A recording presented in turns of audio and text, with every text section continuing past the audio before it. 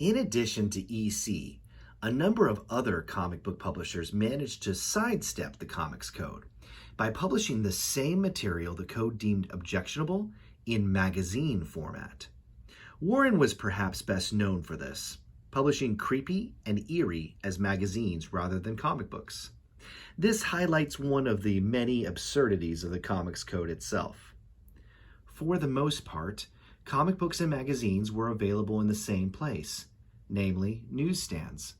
Yet the same type of content that was abhorrent in a comic book could be put into a marginally different format, and it would not only be suitable for adult consumption, but it would avoid the condemnation heaped upon comic books.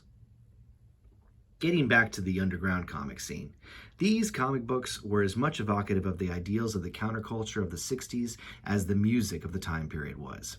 Comics often dealt with relevant social issues such as sex, war, drugs, and politics, and did so in such an explicit way as to deliberately offend the moral majority. The earliest comics espoused the notions of political revolution, free love, and enlightenment through drug use, but were certainly not limited to these topics.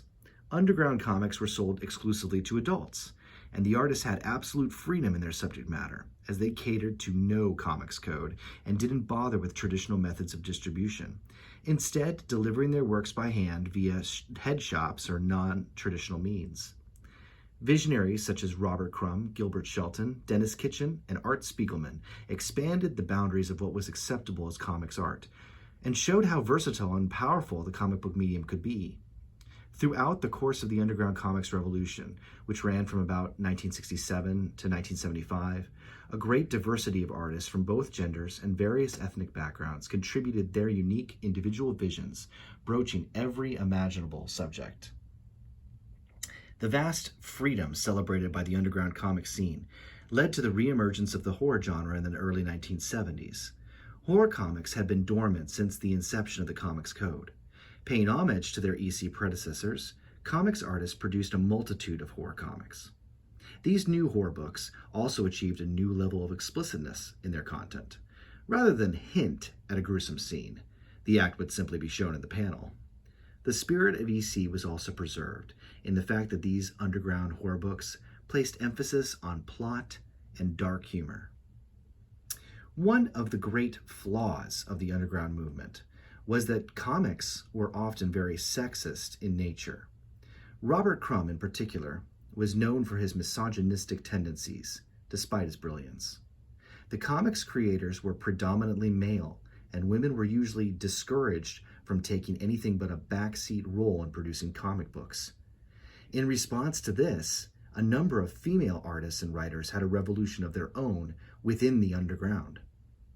A genre of comics created by and for women appeared in the 70s, and their stories dealt with mature themes of interest to women. One could expect to see stories about sexism, abortion, rape, babies, and working conditions in their books.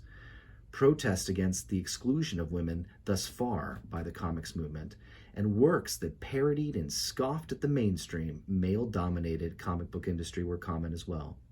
It Ain't Me, Babe and women's comics were among the most popular of these comics, and they were no less explicit in dealing with their subject matter than their boys-only contemporaries.